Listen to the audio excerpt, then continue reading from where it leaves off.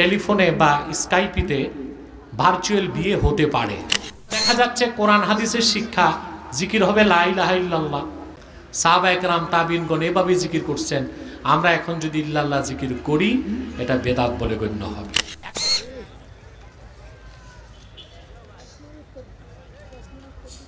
বিদেশ থাকা অবস্থায় যে টেলিফোনে বিয়ে হয়, দেশে আসে 2-3 বছর পর, তার শরীয়ত মতে কতটুকু যুক্তিসঙ্গত?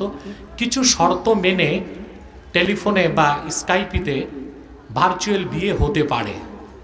শর্ত কঠিন, 2 দিকে ওয়াকিল থাকবে, 2 দিকে সাক্ষী থাকবে। ছেলের পক্ষ মেয়ে পক্ষকে চিনতে হবে, মেয়ের পক্ষ ছেলের পক্ষ চিনতে হবে, ছেলে মেয়েকে চিনবে, মেয়ে ছেলেকে চিনবে। সর্বোত্তম হচ্ছে দেশে আসার পর আবার তাজদিদে নিকাহ হবে, নতুন করে আবার সরা পড়ায়া তারপর তাদেরকে একত্রিত হতে দিবেন, তাহলে আর কোনো সমস্যাই থাকে না। কি দিছে? নতুন কাপড় কেনার পরে কি নামাজের জন্য কাপড় ধোয়া প্রয়োজন কিনা?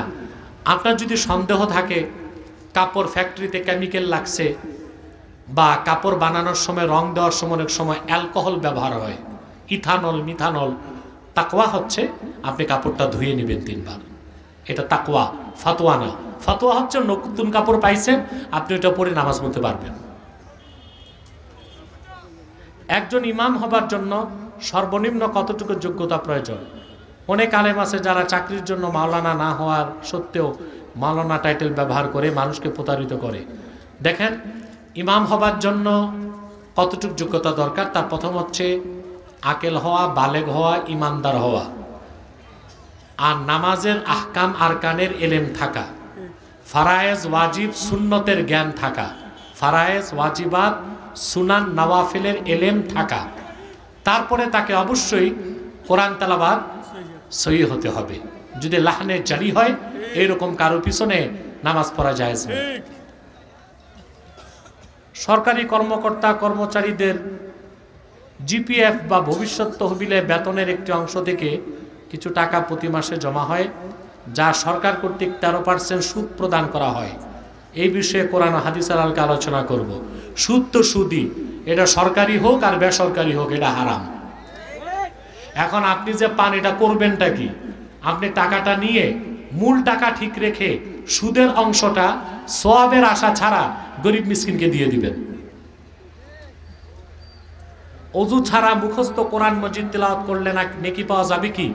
এটা আদবের খেলাফ, তবে গুনাহ হবে না, স্পর্শ করতে পারবেন না।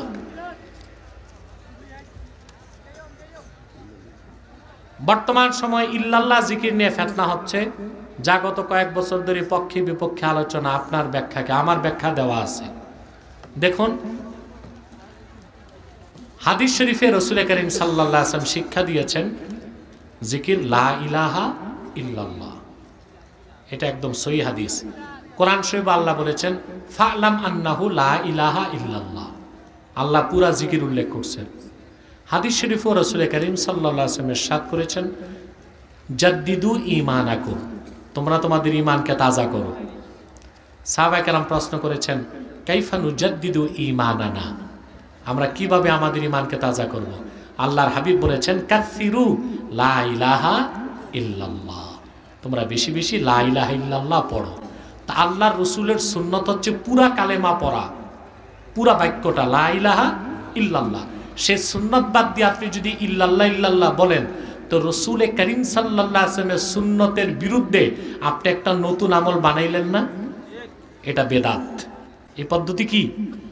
কথা বলে না, বেদাত। এখন আসেন, বেদাত আবার 5 প্রকার। কয় প্রকার? মূল 2 প্রকার, একটা বেদাতে হাসানা, একটা বেদাতে সাইয়্যিয়া। একটা হচ্ছে নন্দিত বেদাত, আর একটা হচ্ছে নিন্দিত বেদাত। যেটা নন্দিত বেদাত ওটা মুস্তাহাবের দরজা রাখে, আর যেটা নিন্দিত বেদাত ওটা গুনাহ, পরিত্যাজ্য।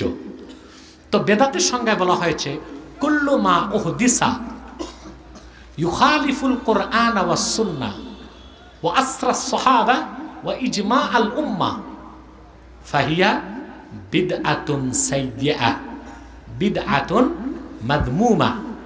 প্রত্যেক সেই নব আবিষ্কৃত কাজ যা কোরআন, হাদিস, সাহাবায়ে কেরামের আসার ও ইজমায়ে উম্মতের বিরোধিতা করে, সেটা পরিত্যাজ্য বেদাত, নিন্দিত বেদাত। তা দেখা যাচ্ছে কোরআন হাদিসের শিক্ষা জিকির হবে লা ইলাহা ইল্লাল্লাহ। কথা বুঝতেছেন? সাহাবায়ে কেরাম তাবিঈনগণ এভাবে জিকির করছেন। আমরা এখন যদি ইল্লাল্লাহ জিকির করি এটা বেদাত বলে গণ্য হবে। এখন আসেন, আমাদের মধ্য থেকেও কেউ কেউ বলেন চিশতিয়া তরিকায় ইল্লাল্লাহ জিকির আছে। আমিও বলি আছে, কিন্তু তোমরা কি দেখাতে পারবা চিশতিয়া তরিকার কোন মাশায়েখ ওয়াজ মাহফিলে ইল্লাল্লাহ জিকির করেছেন? মাশায়েখদের কিছু আমল আছে যেটা খানকায়, দায়রায় সালেক বা মুরিদদেরকে প্রশিক্ষণ দিতে যাইয়া তারা ইল্লাল্লাহ জিকির করাতেন। কথা বুঝেন না? প্রশিক্ষণ দিতে যায় কোথায়? মাহফিলে না খানকায়? মাহফিলে না দায়রায়? তো সেই দায়রা বা খানকায় চিশতিয়া তরিকার মাশায়েখগণ যে জিকির করাইতেন সেটা তো খাস ব্যক্তিদের প্রশিক্ষণ, সেটা মাঠে ময়দানে করাও কেন? এটা তো হয় না, চলে না তো। কথা বুঝতে পারছেন?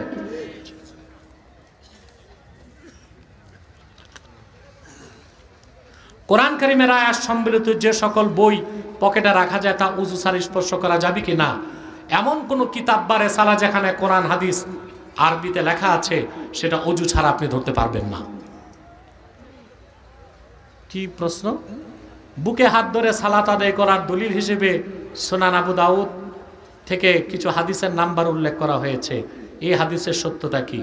দেখুন, বুকের উপর হাত বাঁধার যে হাদিস সবচেয়ে শক্তিশালী সনদে যেটা বর্ণিত হয়েছে ওয়াইল ইবনে হুজুর থেকে। কার থেকে? এই হাদিসটার ক্ষেত্রে মুহাদ্দিসগণ বলেছেন এটা জয়ীফ। আর নাভির নিচে হাত বাঁধার হাদিস তিরমিজিতে আসছে, নাসাইতে আসছে, আবু দাউদেও আসছে। যেমন হযরত আলী থেকে এসেছে ইয়াদাউল ইউমনা আলাল ইউসরা তাহতা সুররা, বাম হাতের উপর ডান হাত ধরবে, নাভির নিচে বাঁধবে। হযরত আলী থেকে বর্ণিত হাদিস। সিয়াসিত্তার অন্য কিতাবে এসেছে অমিনা সুন্নাতি ওয়াদউল আকুফে আলাল আকুফে তাহতা সুররা। সুন্নাত হচ্ছে কবজি সমূহের উপর কবজি সমূহ ধরবে, নাভির নিচে বাঁধবে। কথা বুঝতে পারছেন? এভাবে অসংখ্য সহিহ হাদিস আসছে নাভির নিচে হাত বাঁধার ব্যাপারে।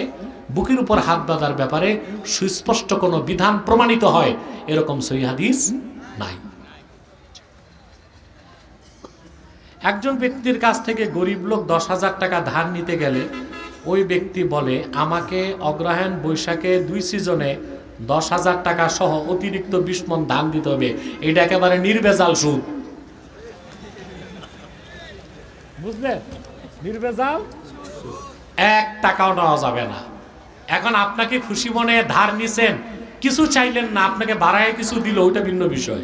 আপনি শর্ত প্রয়োগ করে চাইয়া যদি কিছু নেন, ওটা 20 মণ ধান হোক আর 2 সের হোক, ওটা কি?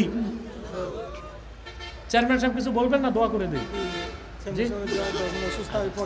চেয়ারম্যান সাহেব খুব অসুস্থ আমি দেখতে পাচ্ছি, আল্লাহ তাকে হায়াত দারাজ করুন। সুলতান মাহমুদ অনেক কষ্ট করছে, আমাদের আব্দুর রহিম শামীম আলহামদুলিল্লাহ সহযোগিতা করছে, সিদ্দিকুর রহমান সাহেব সবাই কষ্ট করছে, যুবকরা বেশি কষ্ট করছে। আমি চেয়ারম্যান সাহেব খুব সহযোগিতা করছে আলহামদুলিল্লাহ। আমি সবার জন্য দোয়া করব। আমার আলোচনাগুলো কিতাব আকারে বেরোচ্ছে, আপনারা জানেন তো আলহামদুলিল্লাহ। সবসময় আমি চেষ্টা করি প্রচুর বই মানুষকে উপহার দিতে, লিখিত। এই বছর নতুন একটা সিরিজ বেরোচ্ছে, এটা হচ্ছে নির্বাচিত তাফসীর। আমার আলোচনাগুলো কিতাব আকারে বেরোচ্ছে, এটা প্রথম খণ্ড। আলহামদুলিল্লাহ প্রথম খণ্ডে শুধুই সূরা ফাতিহার ব্যাখ্যা। যারা পারেন মোনাজাতের পর নিয়ে যাবেন।